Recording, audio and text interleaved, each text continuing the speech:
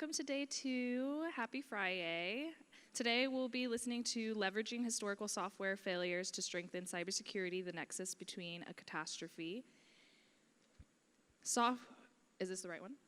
Yeah. But you can take a breath halfway through the title. And through the bio as well.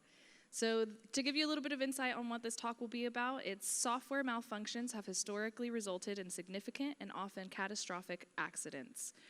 In this talk, we delve into the unsettling consequence of these errors, the roadmap they provide to cyber adversaries, who may repurpose these error-inducing techniques to deliberately destabilize critical systems. Drawing on notable instances of catastrophic software failures, we will explore the potential for these incidents to be exploited in a cyber warfare context. More importantly, we will highlight how such scenarios offer a valuable understanding of our system's existing vulnerabilities and the potential fallout of their exploitation. So I want you guys to help me welcome Tony Turner, the CEO of OpsRight.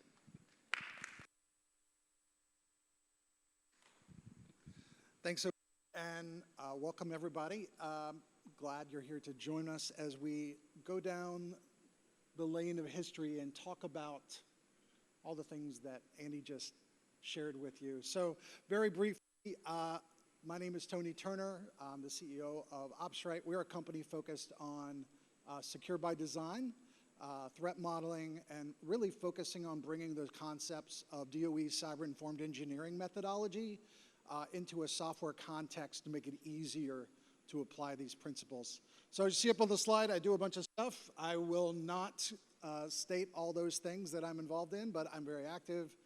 I've written books. I'm a SANS course author, very involved in OWASP and some other communities. So just happy to be here and share some of the things that we are working on. So very briefly, this is kind of our run through here.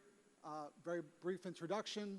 We're going to talk about some of the catastrophic failures that have occurred that will provide some context as we discuss kind of what comes next, how our adversaries are using these kinds of techniques, or how are we seeing the landscape of cyber war change with combined cyber kinetic. I think we'll see some examples of that. I think you've all seen some examples of that over the last few years. And what can we do about this, right? What are some approaches that we can take to then use secure by design concepts to then build more hardened infrastructure to prevent these kinds of catastrophes from occurring in the future, okay? All right, so there's lots of ways that bad things can happen, right? It doesn't really matter, and one of the things that I want to drive home as we get through this, a lot of us coming from a cybersecurity context tend to focus on the cybersecurity-borne incidents. And many of these failures, especially those of you who work in operations, might know that most of our system failures are not born from cybersecurity. The cyber folks in the room and the vendors out there would probably like you to think otherwise, but the reality is, you know, things like squirrels chewing on capacitors and wires and natural disasters and just system maintenance issues, software defects that may not be born of any kind of adversarial condition, and yes, cybersecurity as well. All of these things lend themselves to the failures that we want to avoid. I think we probably need to focus more on what we're trying to prevent and figure out the pathways where these bad things can happen. We're going to focus on some software defects and some design failures here in this talk, but I just want you to keep that in the back of your mind. Just because we're talking about it from this context doesn't mean that that's the only way that this stuff happens. And as we kind of go through this conversation, when we think about the things that we need to do, the controls that we need to put in place, the actions that we need to take, the stakeholders that we need to engage with to ensure that we don't have a really bad day, goes far beyond the context of our cybersecurity echo chamber. Okay, so graveyard of failure. I had to throw in at least one AI-generated image into this talk. It's the only one in here, but that's really the primary purpose of this slide, is just because I thought it was a cool picture, right? But we're going to talk about some of these failures. Okay. So first off, a couple of historical incidents that we don't really talk about much in cybersecurity. The first up, the Sleipner A platform failure, I believe it was in 1991, so this is an older incident. In the Norwegian portion of the North Sea, as the hull of this platform was being lowered into the floor, it suffered a catastrophic failure where the concrete pillars collapsed and it sunk to the bottom of the floor and actually caused a small Category 3 on the Richter scale earthquake from striking the earth.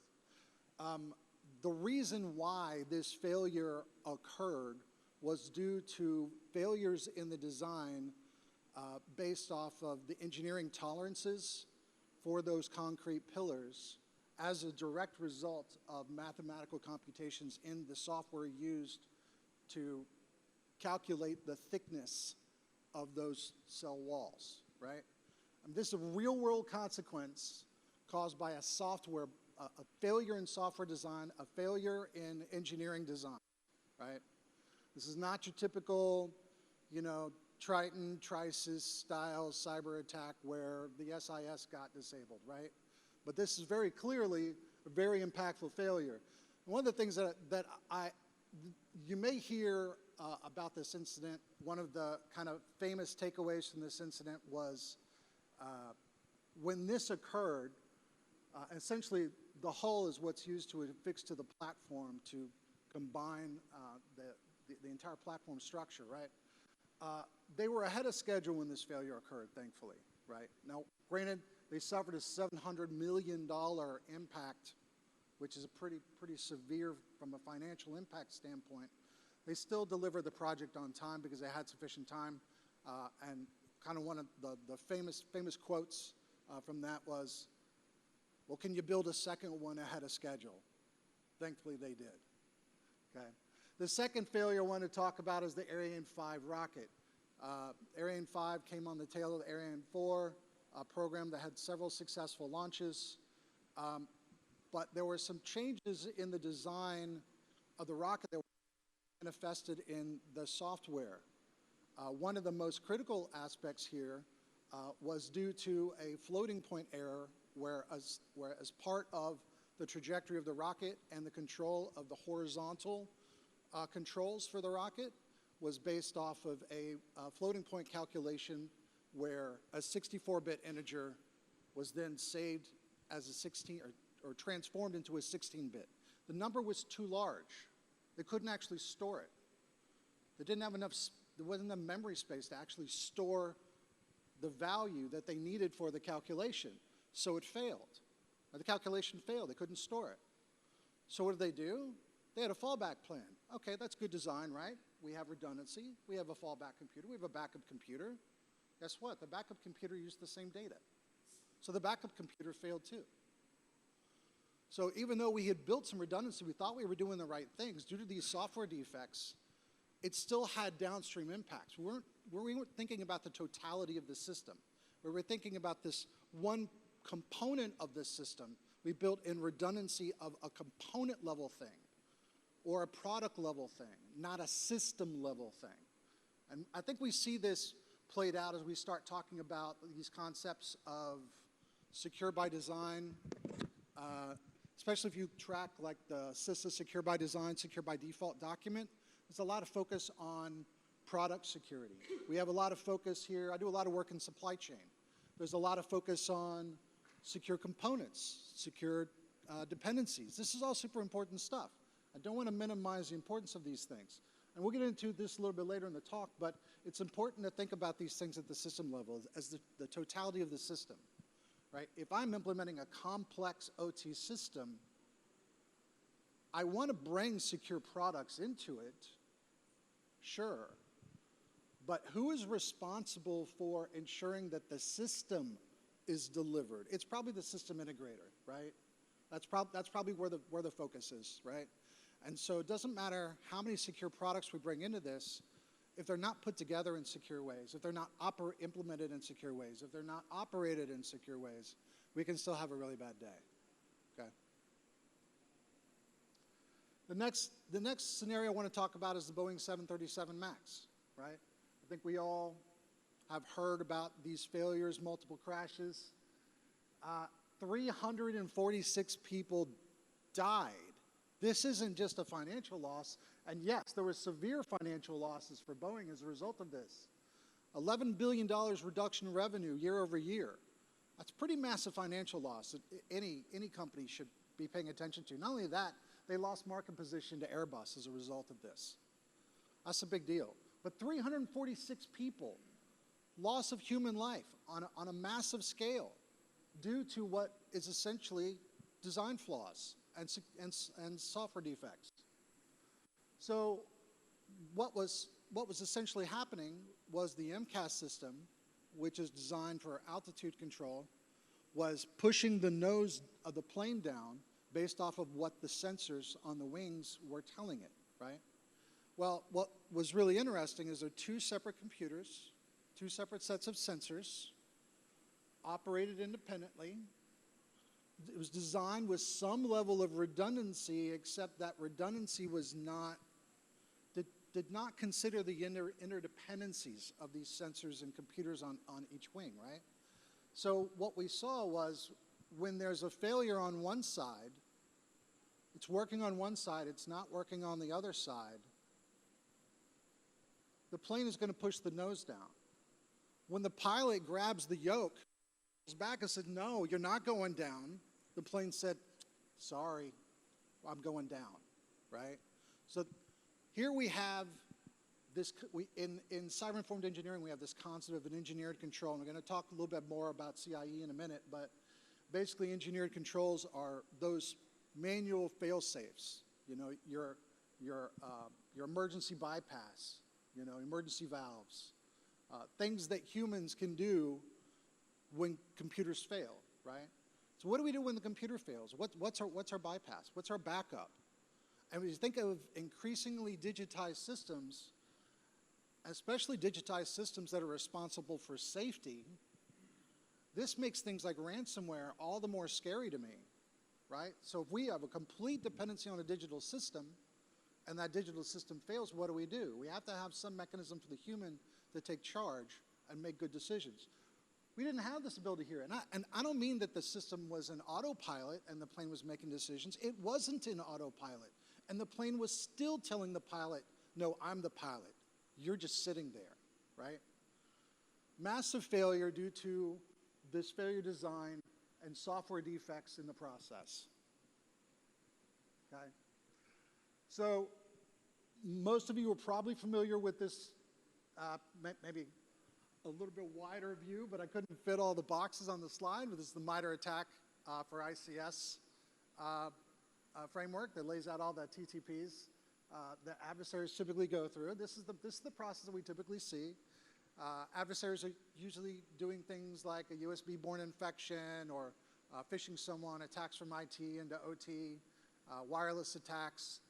That's great. This is what's happening today, right? This is how we see these infections today, at least from an initial access, initial compromise standpoint, right? Advent of supply chain is kind of increasing this, right? There's this constant cat and mouse game between the bad guys and defenders, right? They do some stuff, we figure out how to defend against the stuff, and then they try something new. And then we have to play catch up. And then they try something new, and we have to play catch up, right? Okay? So it's a constant game of whack-a-mole. Now this is just a chart from CVEICU that is put out there by a researcher from Catastrophe, Jerry Gamblin. It's just tracking the rate of growth of vulnerabilities over time. Now you can see we're like, you know, way down pretty low around 1996. Things are climbing, reducing, coming up. Like in the early days, I think it was really just us getting our handle around the data, right?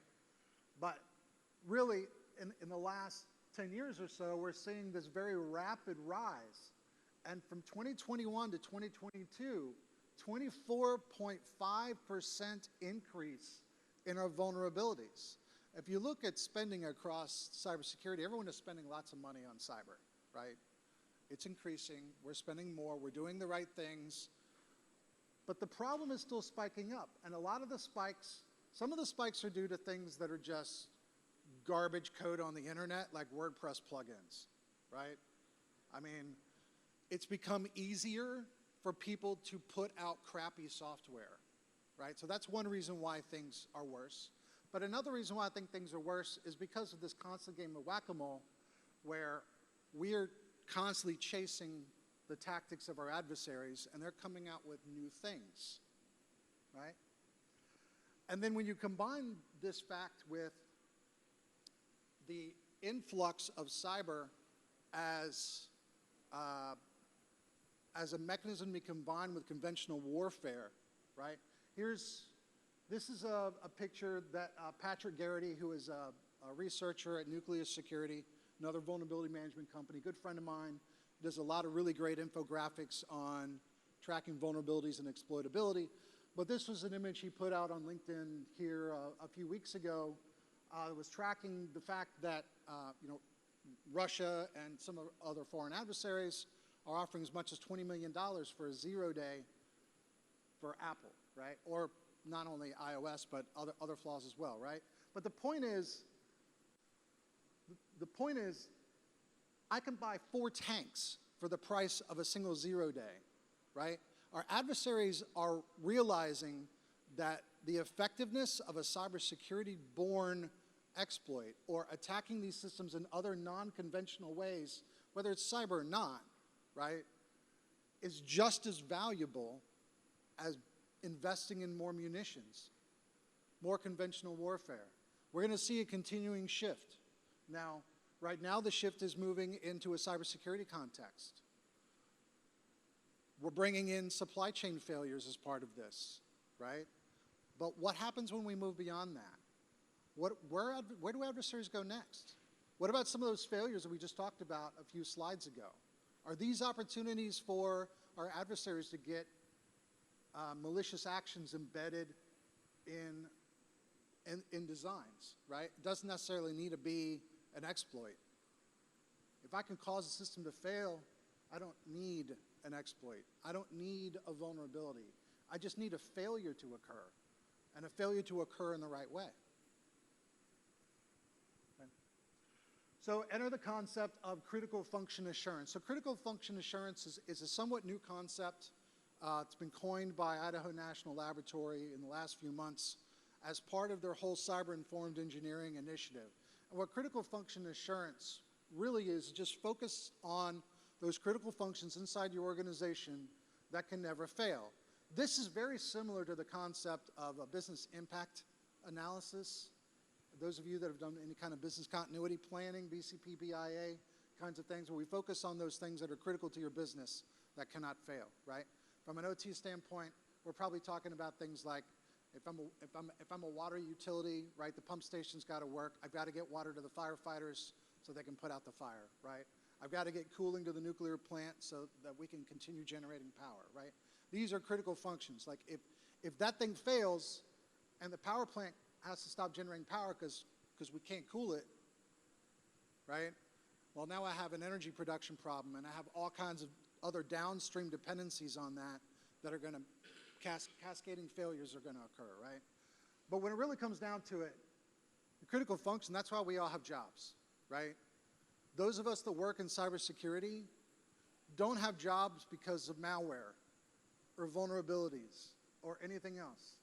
We have jobs because the organization has business risk, and cybersecurity is one of those business risks, right? But it's not enough, right? We have other dependencies.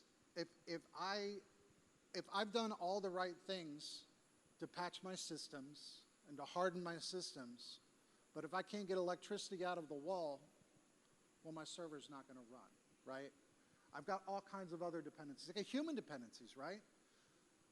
How easy is it going to be to run the plant without engineers? How easy is it going to be to run the plant without operators? People that are minding the ship, right? Without those people involved. I don't have to attack the infrastructure. What if I can attack the humans? And maybe they're there, but they've been compromised. Maybe we have a malicious insider problem.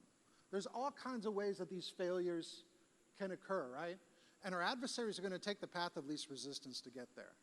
Some of you may be familiar with the concept of an attack tree, right? Attack trees are a technique that's used in threat modeling to kind of map out, here's the bad outcome up at the top, and let's go down the tree and say, how much does an adversary have to spend and how much complexity do they have to pass through to achieve that outcome? A lot of times when you look at these attack trees, hitting the guy over the wrench to get his password is a lot more effective than going through some complex cybersecurity scenario, right? But it's important that we understand, how do these bad things occur to us? Okay. So we're bringing this concept of secure by design. I talked about this a little bit earlier. Here I have on the left a whole bunch of boxes that are representing a bunch of components, right? I got one bad component that spoils the punch, right? So now that one bad component results in one bad product among a myriad of secure products. And now my entire system is at risk, right? So it can happen from something upstream, or it can happen downstream as these things are assembled. And it doesn't matter. It can be software. Here's a software example, right? But it can happen in a lot of other ways, right? Maybe I have some other kind of dependency that I didn't account for. Maybe it could be something as simple as in my system design, I didn't account for a failure in DNS. DNS failed and my entire application broke. And because my application broke, some other piece of the system failed. And I have a complete system failure just because of a DNS hiccup, right? There's all kinds of things that come into this. Yeah, it does. It does, absolutely. So we want to take, and this is just an example of, so about a year ago I developed a methodology called the Security Engineering Maturity Matrix, which essentially takes, those of you who are familiar with the Department of Transportation Engineering V, it simplifies it and then weaves in security activities. The systems engineering process typically does not involve things like threat modeling, security assessments. Those of you that are involved in implementation may be doing SAT-FAT style assessments at implementation time.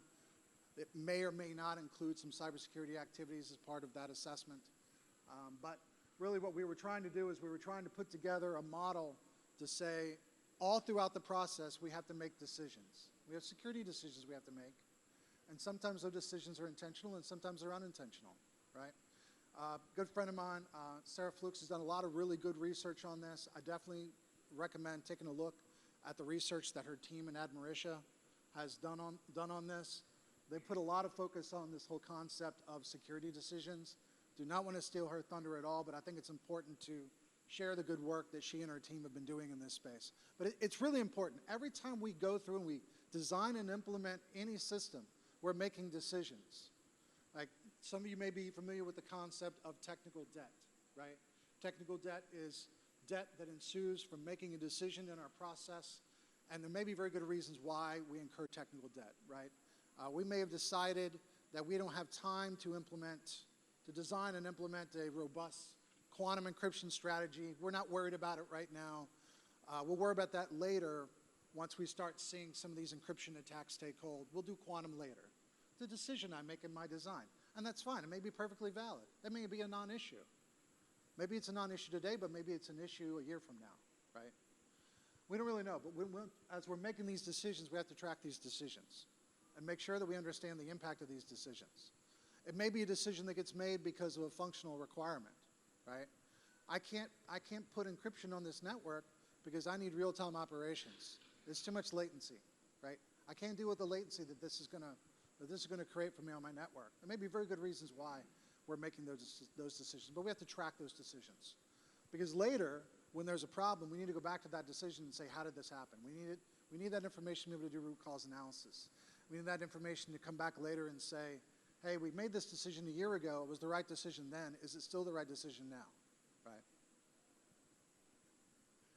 Enter cyber-informed engineering. I'm not going to go through each one of these boxes. I'm going to talk about this a little bit more on the next slide. But essentially, cyber-informed engineering is, as I mentioned, it's a Department of Energy methodology that lends itself to a secure by design philosophy with a series of 12 principles that are designed to get you to think, right? This is not, it's not compliance framework.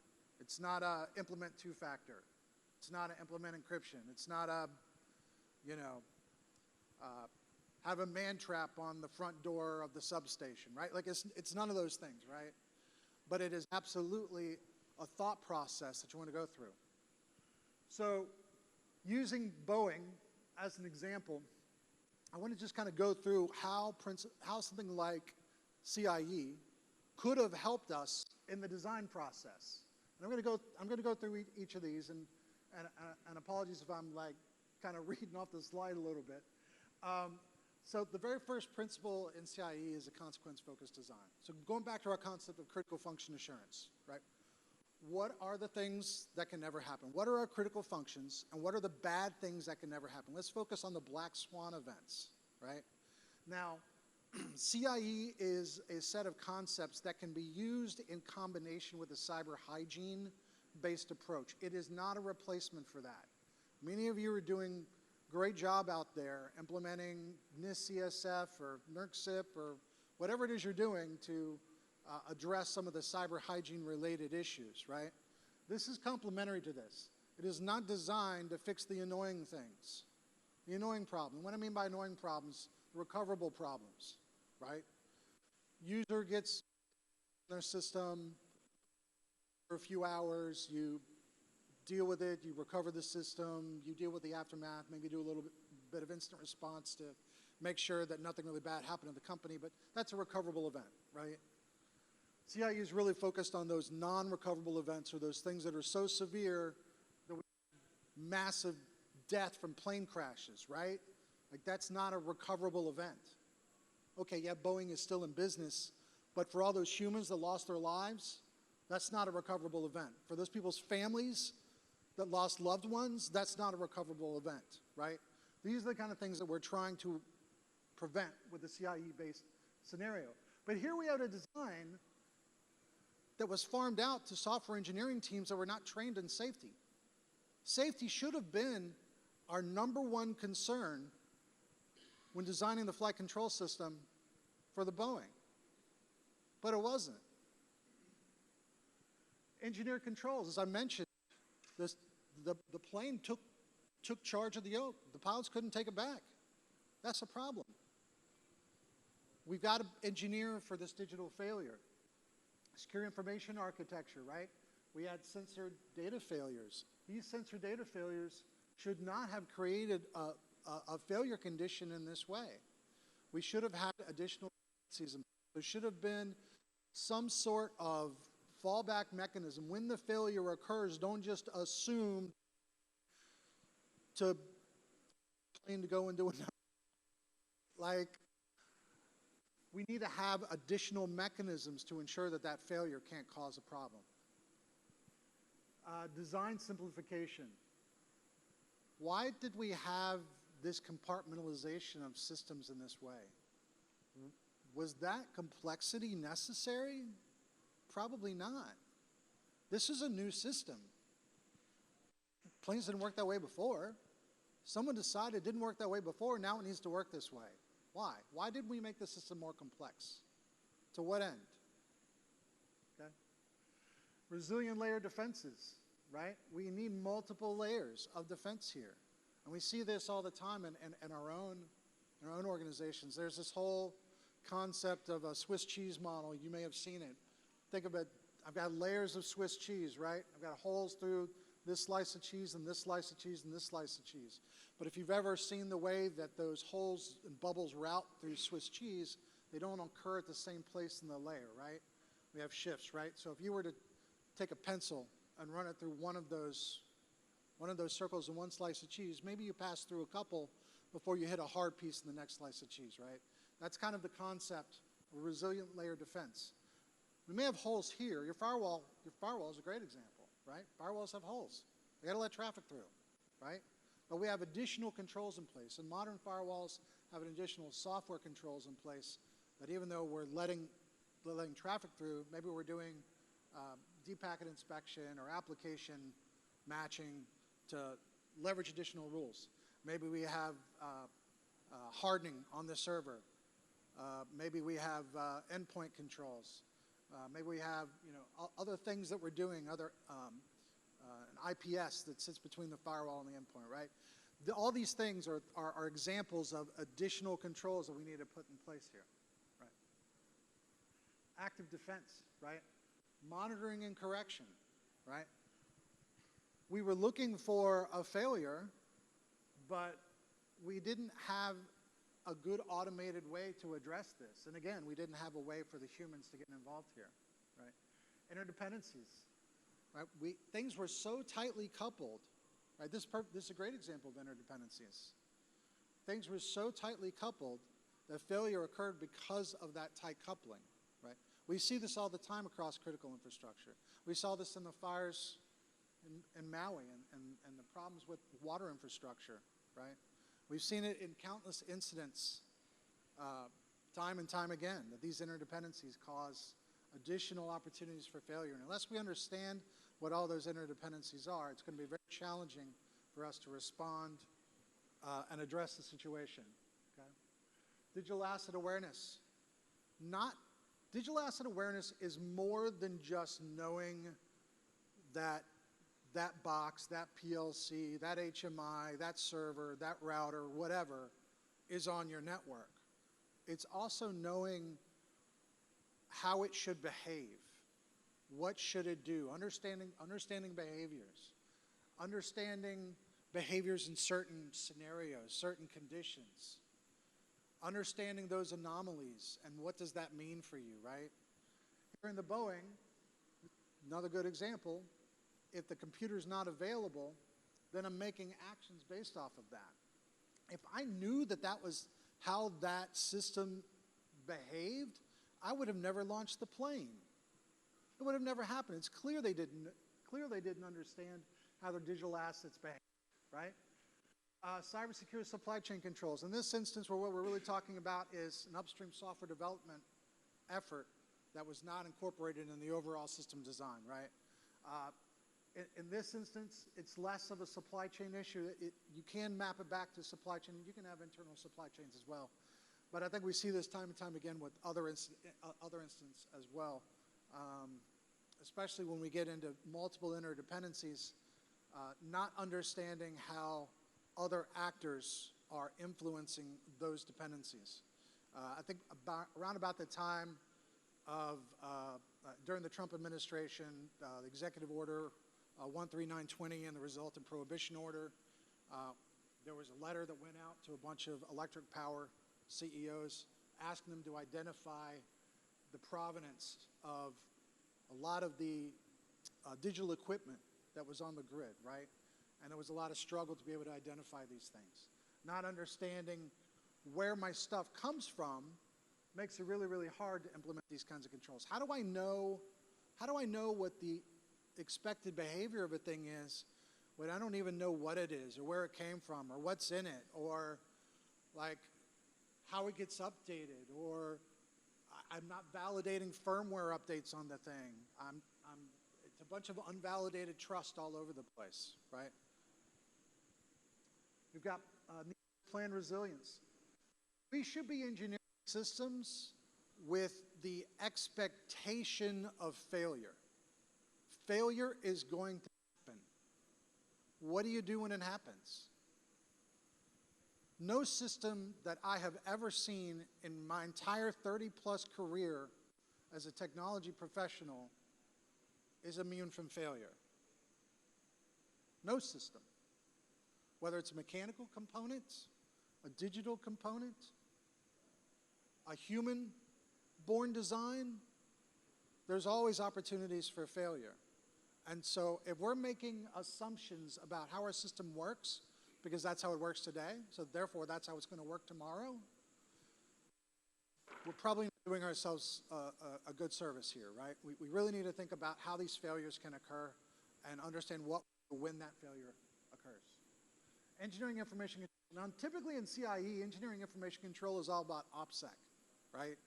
We want to make sure that a very sensitive information does not get into the wrong hands, right? I used to run a security program for a major U.S. airport, and we used to see this all the time on large construction projects. we would send these projects out to bid for like the secured areas of the airport, and you have to share a certain amount of details so construction companies can bid on the project. And a lot of times that information meets TSA's definition of sensitive security information, or SSI. Like, how do we control that stuff? That's typically what we're talking about in CIE. But in this instance with the Boeing, we had the opposite problem. Before these incidents occurred, no one even knew what an MCAS was. It wasn't socialized. The fact that the system had changed in this way was not clear to the regulators. Why? Who knows? Maybe they knew it was a problem. I don't want to make any assumptions about Boeing knowing that there was a problem. That would be malfeasant to an unbelievable degree. And I'm not going to point any fingers there. But regardless of why, no one really even knew that the system worked this way. Now, at the same time that we need to have good OPSEC, we also need to have transparency with the stakeholders involved in the decision process. If I'm making a decision about a safety impact and I don't have all the information, how can I make a good decision? It's impossible. I have no idea. And then lastly, it's a cultural problem, right? We had software engineers that were working on this system that were not indoctrinated in safety culture and didn't have safety requirements. I'm sure they had some safety requirements, but it's clear that the design of this system was not factored into the safety requirements that were important for this system's design. This is just an example of, typically when we look at this slide, typically when I show this slide, it's not a retrospective on a major incident. Typically it's a series of questions, right? I'm going to ask, what are the things that can never fail, right? How do we ensure that we get a secure system delivered to us, right? How do we ensure that we are planning for resilience, right? These are all questions that we can ask ourselves in the process, but it's very easy. You can look at almost any incident and kind of go through a process like this and identify where design led to failure. I did an analysis of, I don't know how many of you are familiar with the concept of CWE, or Common Weakness Enumeration.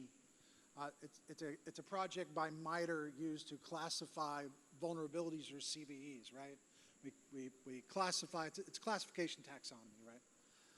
And if you actually go through and look at the CWE classifications for all of the vulnerabilities in the National Vulnerability Database, over 50% of the vulnerabilities are due to design flaws. 50%. Over half of the security issues that we have that are due to vulnerabilities are because we just didn't design things well, right? Now, that may not be too surprising to some of you, but I think it's important to remember the criticality of an effective design when ensuring that a system needs to meet certain criteria. Okay? So, how are you planning to make sure that you don't have a Boeing kind of day? How are you planning to make sure that your adversaries don't find opportunities to inject these kinds of failures into your environment? That's the question I'll leave you with. Okay. Does anybody have any questions for me? That's the presentation. I think we have, what, 5 minutes? Like 6, yeah. Okay.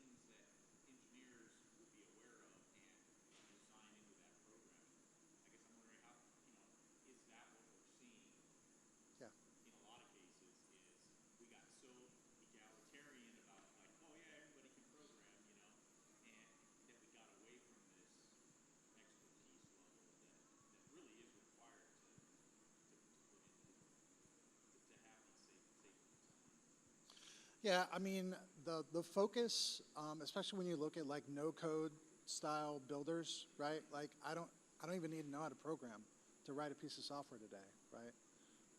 What's in the software that gets generated when I use one of these piece of no-code builders? Like how much cruft, how much junk, how much unnecessary logic? The focus is on, I use one of these pieces of software, and does it do the thing that I was expecting it to do? But it doesn't go deeper than that, right? And you're right, like there's a layer of abstraction that's occurred. I mean, we've seen it with cloud, right? Ask your IT folks, do they understand how their cloud infrastructure works? Like really, do they understand how it works, right? Do they understand everything that goes into network communications and the software-defined networks that drive that infrastructure, right? We're obviously seeing it in OT, we see it in IT, we're seeing it across the technology landscape. It's all about, and I work in product design, right? And probably the number one mantra when you are in product management is to make it easy, right? Reduce friction. It's not to build the best engineered solution in the world. You're focused on adoption.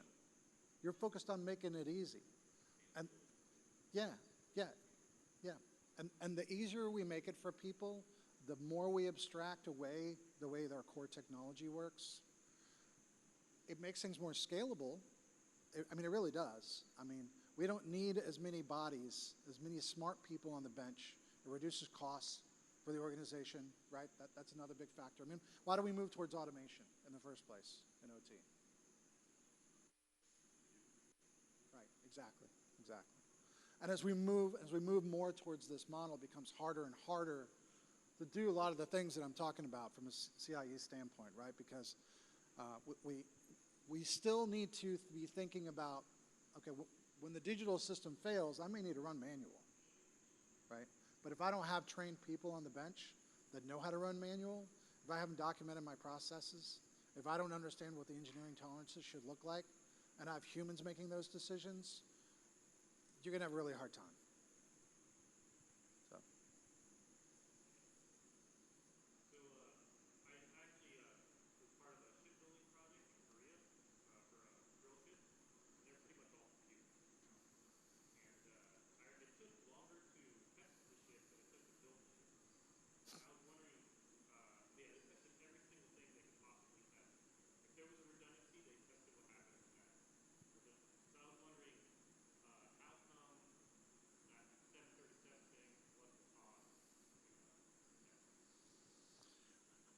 I believe, and again, this is secondary, I wasn't there, but my understanding is they didn't know everything that they needed to test, right? Or the test plans were not developed properly, right?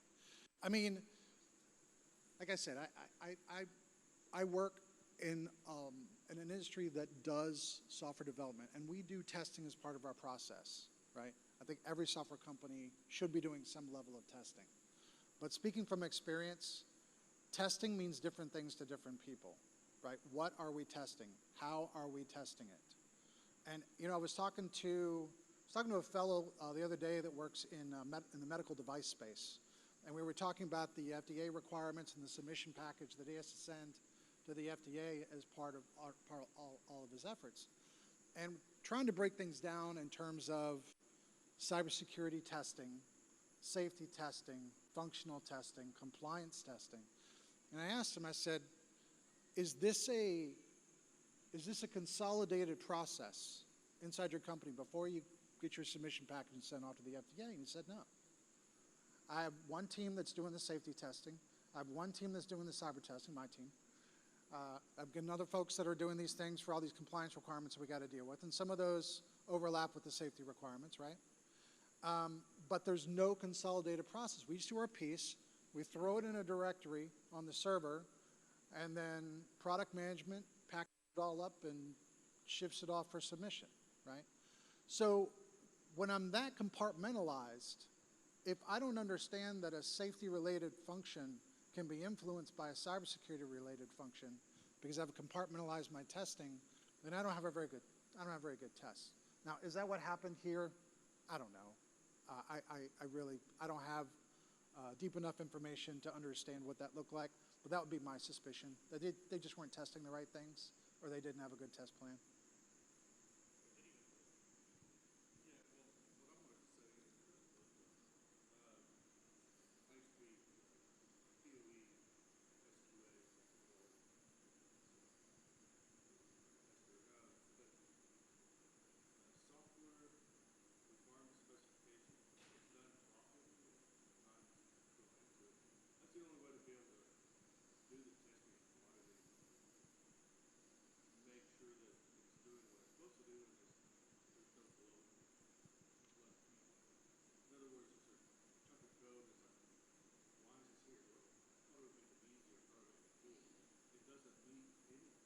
Yeah.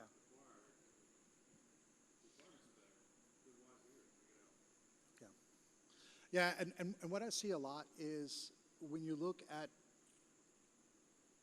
more waterfall style engineering design processes that leverage kind of this whole, and modern development calls this big design up front, which is a development anti-pattern.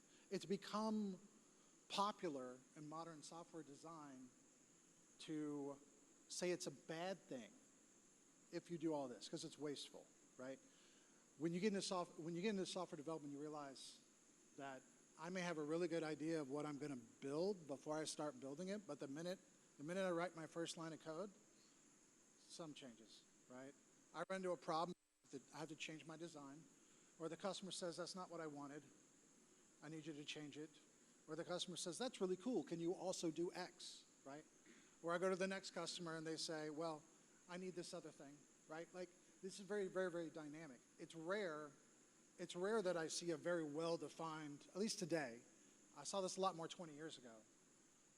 But in today's world, I think it's pretty rare that you see a set-in-stone technology plan on the front end and not see some kind of changes somewhere along the way. So that test plan, you're right. You're right. I would love to see a very robust test plan established from the very beginning, but the minute I make a change, my test plan has to change. Every time I have a new release, I need to be looking at my test plan, right? I may need to be testing new things. I probably do need to. Yeah, sure, absolutely. Yeah, and what I see in the government space from a software development standpoint is much different than what I see, enterprise software development, big tech, startup, like all slightly different approaches with different levels of maturity, right? So I think we're at time, aren't we?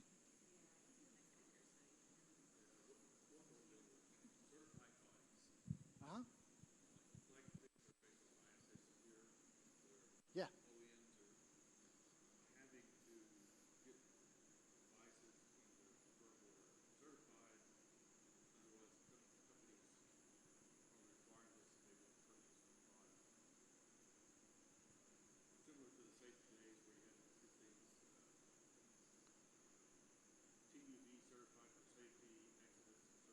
Yeah.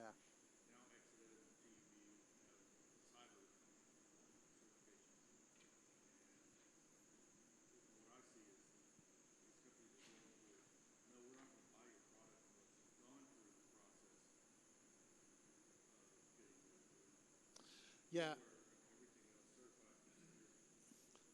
And I see a lot of OTMs have moved towards, especially things like 62443 level, yeah, for certification. But the security level that they're certifying at is, by and large, I mostly see SL1.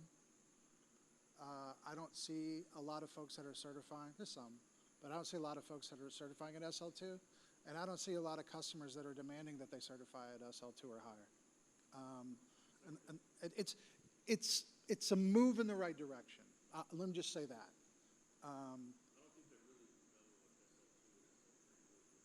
Right. Yeah. for some products, yeah, absolutely. Absolutely. So, anyway, anything else? Okay. All right, thanks.